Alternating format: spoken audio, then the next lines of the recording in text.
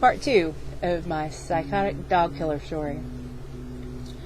The night that I saw Itzy kill, I was grieving hardcore. I mean, crying for hours and hours on end and feeling like I'd failed her. I kept thinking, what if I had just crawled out the window, because it's a big window, if I had just gone around the side, if I had done something, I could have saved her. And the fact that she was there, cornered, being tortured and shot and beat, and couldn't get away, and I was there where she could hear me, and I couldn't help her, I couldn't save her. And I loved her because I'd gotten very bonded with her over the past few months, and I couldn't get the images out of my head of what I saw. It was horrific. It was horrible. And it's like, when PETA shows videos of people who've gone in undercover and video things, it was that bad. And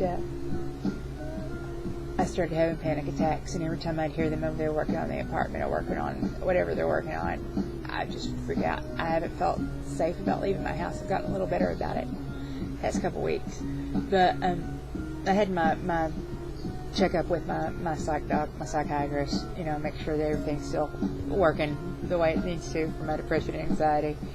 And I told her about it, and she thinks that I have post-traumatic stress disorder because of this. You're thinking, oh, she saw a dog kill, probably. Some people are thinking that. But honestly, it was very, very hard on me because I loved her and I was trying to save her. I worked so hard to save those dogs. And now all but one of them's gone. I started out with 8, and I'm down to 1. And she's at risk too, Sarah from PETA, who's been helping me, she's gone through, for a couple of weeks now, I've been trying to find someone to help me get them to safety, and they've just disappeared one by one.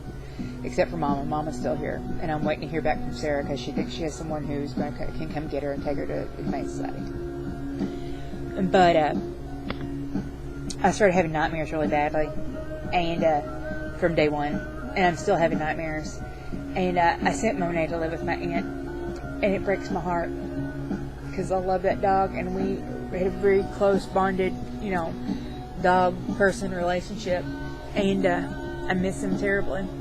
And also, even though he was not a good watchdog, he still was a big dog. He's like a Husky German Shepherd mix.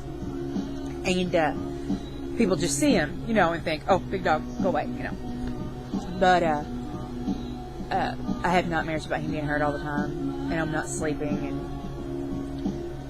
essentially, they're still doing work, and he's still here all the time. And it's hard. It's really hard. So, but that's all. I forgot what I had to say, but this is just part 2 of it about the psychological effects of seeing an animal you love, essentially tortured and killed, and the fact that where I am, there aren't a lot of laws governing anything, because I'm in a county, I'm not in a city, and I don't have any. There's not even code enforcement for my apartment for my landlord. Every time it rains hard, the sewer backs up into my apartment. I literally am living in human waste. I shampoo the carpet every time it happens. I shop vac it. But that's how I ended up with the hole in my leg. It's because shortly after a very small injury, it flooded, and it was so severe. The flooding was so severe. It was just everywhere, all over me. And I shampooed the carpet like 4 or 5 times, sprayed diluted bleach, everything. And that's one reason why it didn't respond to the medications, is because I was essentially getting reinfected over and over again because it was just everywhere. But they can do that.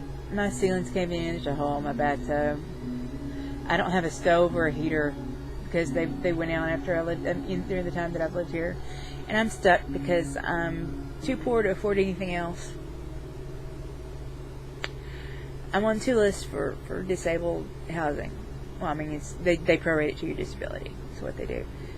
But that can take a couple years. So, and I've got these people out there every day working on stuff. So she can get it appraised. So she can get her divorce fund. Because it looks like shit outside, she said. they've been working on the empty apartment, but not working on mine, and mine's a health hazard.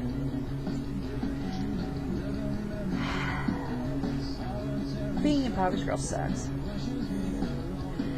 Anyway, that's all I had to say for this. I kind of meandered around and chased rabbits, but anyway. Okay.